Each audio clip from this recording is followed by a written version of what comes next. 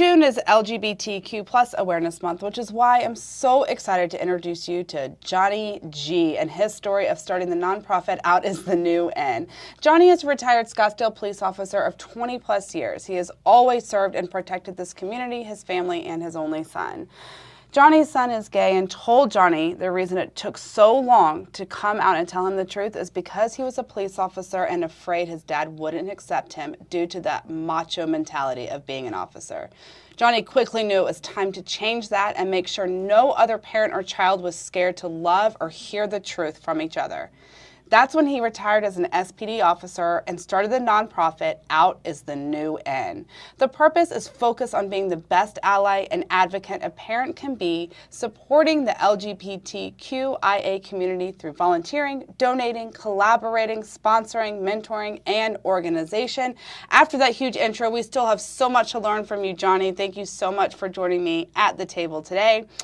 As an officer of the law and a loving father, why do you think it was so difficult for your son to come out to you, and do you think his concerns were really justified? Yes, to some extent, absolutely. Yeah. I actually was married. I was married for 23 years, and while I was married, Chase was 5, and it was roughly, I believe, Christmas time, and we were in the kitchen, probably putting some things together for breakfast, brunch, and she looked right at me and said, "I know who you are. I know how you were raised. I know your conservative family. I was raised religiously in the First Baptist Church." Okay. And she looked right at me and she's like, "You need to prepare." And I had no idea what this conversation was. That is a loaded question. It could go either way. For sure. So she looked right at me and she goes, "Chase is gay." And I go, "Okay, Chase is 5. Okay, yeah. And she's like, Chase is gay."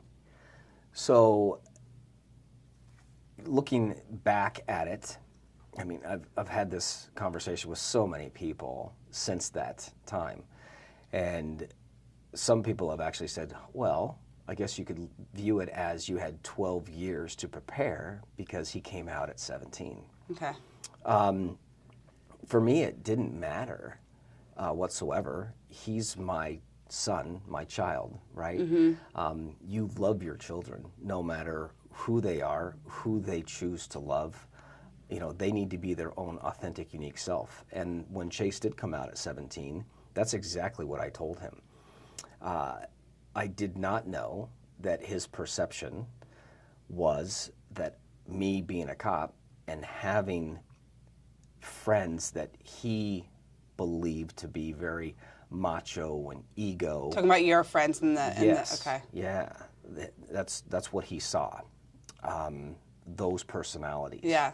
And I don't know if it was people that I brought around and hung out with, or it was what maybe he saw on television, I don't know, but that was his perception. I let him know that I know those people that I do work with, and sure, there's a tremendous amount of type A people in that profession. Right. I let him know that if those specific people could not accept my son for who he is, I said, then they're no longer a friend of mine. I go, it's very simple for me. I think he was taken back a little bit, but I did tell him my only concern whatsoever was that the world has come, I guess you could say, a ways in the last 10, 15 years in acceptance, right? Agreed. But I also said, it's nowhere near where it needs to be. I said, so when you are out doing you, whatever that is, I said, just be safe. Yeah. And that was it. When your then wife came to you when Chase was 5, did you see it? Like, did you be like, oh, I never thought that he was gay, but now I kind of see what you're talking about? Like, did you see him and think about that as he continued to grow up until he told you himself? Not then. Okay. That's why it was kind of foreign to me. But, I mean, mother's intuition is usually what? Spot on, right? Oh, yeah. Absolutely. So she knew. It was hilarious because she looked right at me and she's like, did he ask for sporting equipment? Did he ask for trucks and tractors to play in the dirt? And I'm like, no, none of that. She goes, what did he ask for this year? I go, he wanted an easy bake oven. And what was hilarious was, at the time, Emerald was really big. Oh, Emerald Lagasse. Yes. Oh. Yeah. So we watched him a lot. So you're just like, that's why he wants like one. Maybe he wants to be a chef. That's fair. That's totally fair. Sure. But when she's looking right at me and she's like, Chase is gay, I'm like, okay. It didn't matter. Yeah. Right? I kind of just, it was that small conversation in the kitchen, and then it just moved on. I guess you could say I picked up some traits, his personality, as years progressed. Yeah. Just maybe a little bit more feminine, but that was it. But then I guess, I took a role where it was, hey, let's try to be 50-50, when really, truly, a marriage really never is 50-50, but you try to make it that. At least I did. And, when she worked full-time, hardcore in corporate America, and then she ended up having her own business, I still tried to do things around the house. If someone would cook, the other person would do dishes, and vice versa. Cleaning the house, whatever it took. So Chase always saw that. And it was just like, it's just a role. It doesn't, you don't have to be like, only women do this, only men do this. It was never like that in our household. So again, that was just another thing that you were just like, oh, he's just learning from what he sees around the house. Yeah. Sure. But so he came out to you. You kind of took this to heart because you wanted other people to be comfortable with their family and their children and to feel acceptance. Absolutely. As acceptance. So you two sat down and really talked about how to give back, how to help other families. What can I do to help other families not be in the same situation of uncomfortability and just acceptance? How did Out is the New In come about? So that was literally a 10-minute conversation when I was married, in the family room. Chase was attending, he had already come out, he was attending ASU. There was a gentleman that he was seeing that was at the house as well. And my ex-wife asked him to come out to the family room to have a talk about how do we give back to him and his community. And the concept was like, hey, that's cool. Out is the new in. She actually threw it out there. It was her idea, the slogan per se, and it stayed there 10 minutes. That's crazy. It never went anywhere. Zero traction. I go through my divorce. I bought a house in Chandler, and I'm literally waking up with visions of logos of Out is the New In. I started drawing them on a piece of paper.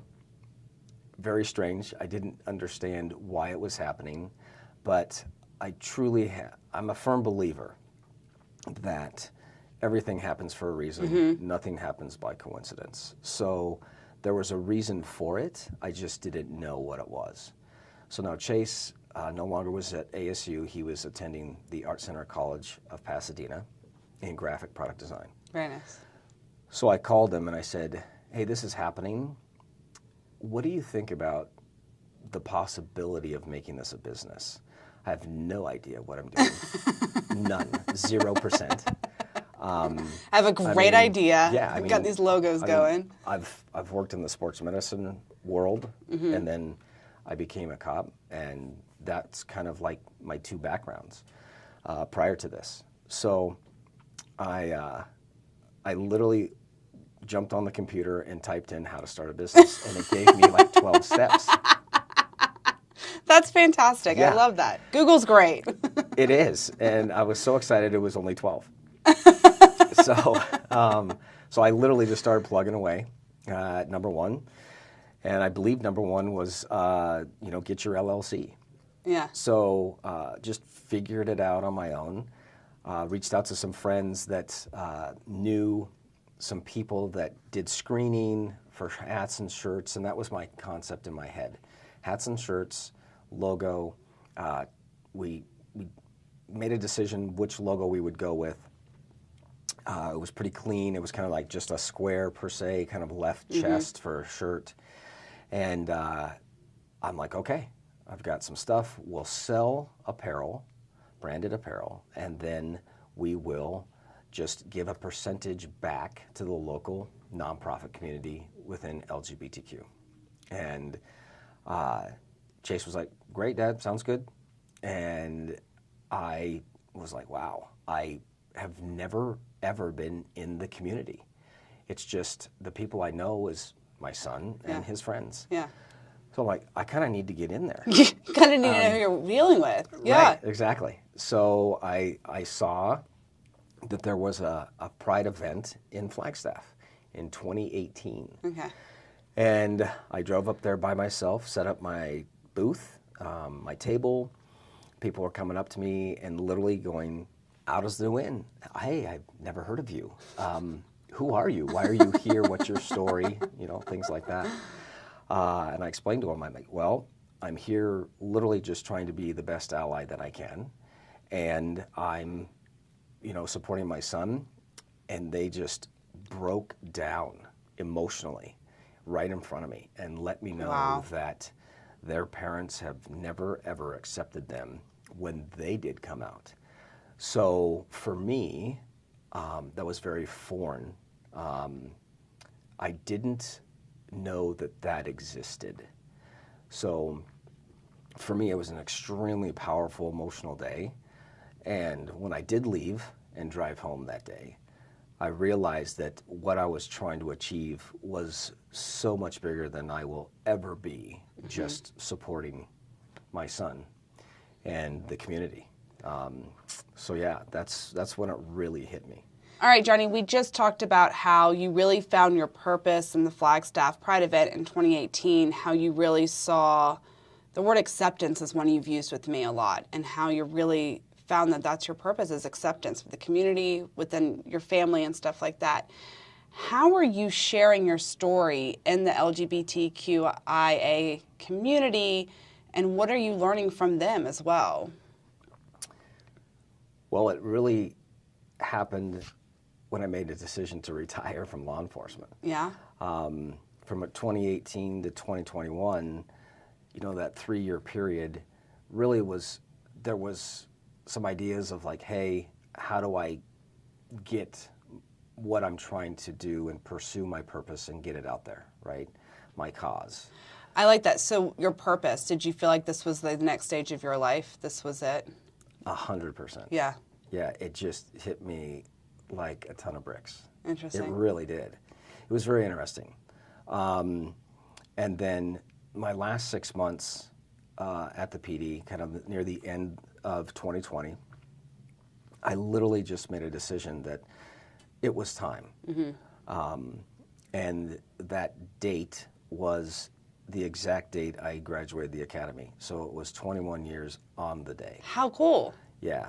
So the way it happened was I just sat down on the couch watching Thursday Night Football, had the laptop, looking at the calendar. And I'm like, okay, let's just figure this out because it's time. And my whole mindset was, I don't need to be here. I was moving out of state. I was going to move to Idaho and really just focus on rebranding. I want new logos, brand new website, all of that, and update everything. And I was like, I can live wherever I want and just focus on the store, on the website. Prior to January, I was working an off-duty job and met a guy and his wife and kids, and there was this crazy comfortability with him. And I just opened up and told him what I was planning on doing. And he's like, what do you have planned? You know, what's your future look like? And I said, you know, I really want to pursue what I've kind of have here, but I want to make it much bigger. And he's like, huh? He goes, we're going to have coffee. And I looked right at him, I go, I don't even know who you are. And literally my last day in uniform, got done with my shift, and we sat down and had coffee for 2 hours. Wow. And all he talked about, and he brought up an organization called BNI, Business Networking International. And I go, I have no idea what that is. And he's like, it's worldwide, and it's all about networking and referring each other to each other, and, you know, referral system and support and thank you for closed business, those concepts. He's like, I'm going to give you a link, and you're going to be on Zoom, because at the time the pandemic was still in play. Right in the middle of the pandemic. Correct. Yeah. Yeah. But what was strange is, no matter if it was in play or not, it really didn't affect what we did every single day within first responders. Right. So, yeah, I ended up 6 days after retirement, I was on a link, and I was on Zoom, and the positivity, the energy, just the family feel was insane. And I was just drawn to it. And I said, I have to be a part of this. Because he told me, he's like, there are people that have different businesses that are going to be able to help you launch your business and what you want to achieve. It's a place for resources to learn, and from there, Right. And then one of the ladies in my chapter now that I did join, she is also a nonprofit, Lights Camera Discover, LCD. Kima Charles is the founder and CEO, and she is my mentor within the nonprofit realm, because she has helped me and guided me on exactly what I needed to do to achieve my nonprofit status. Okay. And that now, it's crazy to say, but it's already 1 year in where I have that 501c3. Isn't that amazing? Yeah. It came with an idea in 10 minutes. Yeah. Now you're an established nonprofit. You're selling your hats, stickers, shirts. You have photo shoots. You were at booths all over the valley. Right. You know, when you're working with these groups, and part of your sales, like you said, is it 10% of your sales goes towards the LGBTQ community to help them?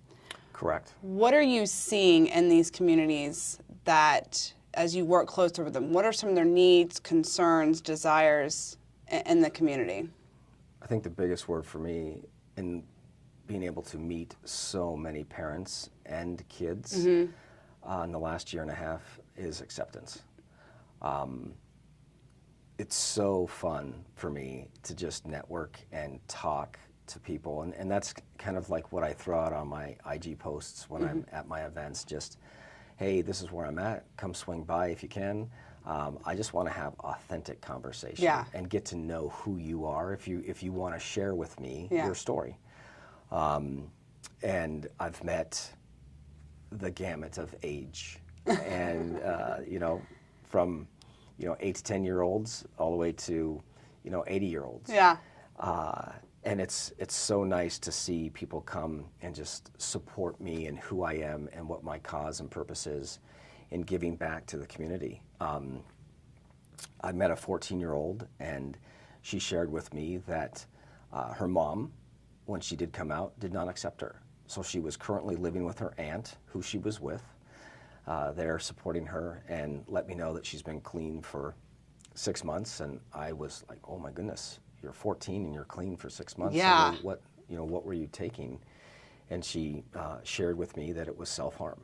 Yeah. And so knowing that mental health in that community is such a big piece that needs to be supported constantly, 24/7, and we need to truly change the stigma with mental health. There's so many different pieces to it. There is, yeah. I'm a huge proponent of mental health. I love talking about it. I know you are. Yeah. I love it. What have you seen acceptance-wise change from when Chase came out to you in 2017 to now? Have you seen a change in how people are more accepting, less accepting, about the same? Have you seen a shift in society? Personally, I would say I have, and I think part of it is getting into the community even more. That makes sense. And seeing more and more people and being a part of 1 in 10 and being able to attend their Fresh Brunch fundraiser. Just this year was the second time I was able to attend, and to see the support, the energy, just the camaraderie, the collaborations between everybody, it's something to see. You're like smiling big right now. Oh, it's insane. Everybody that is part of the LGBTQ community, I have been able to meet so many amazing humans. And everyone is so authentic and unique. I'm truly blessed being able to be where I'm at and truly pursue my purpose. That's the way I look at it. When your son came out, he was concerned about the whole macho mentality with your friends and other officers and stuff. How did your friends take it? You would think, based on, I guess, perception of law enforcement, right? It was very accepting. Everybody that I worked with or was close with, was a friend with within the department, I had so much support in, like, hey, this is so cool that you're doing a father-son collab, per se, with what you're trying to do and give back to local nonprofits. That's awesome. Yeah. I love to hear that. What's the future look like for Out as the New In? The way I view it is, the bigger I am, the more I get to give back. In the very near future, hopefully I have a podcast that is in the works right now. I like it. It's Out as the New In, You Have a Purpose. That's the title. And the whole concept is to have a guest speaker each podcast and really bring in somebody that is in the LGBTQ community. I've met several people that have shared some of their story with me and have literally put themselves into conversion therapy. Wow. And I want to have them be a part and tell their story if they're comfortable enough with that, so people can hear what they've gone through. And it's all about, it's going to resonate all on mental health and suicide prevention. Now that I am currently a community liaison for Aurora Behavioral Health Hospital, and I'm in that arena of mental health, and I'm meeting so many new therapists in private practice and going out there and networking with them.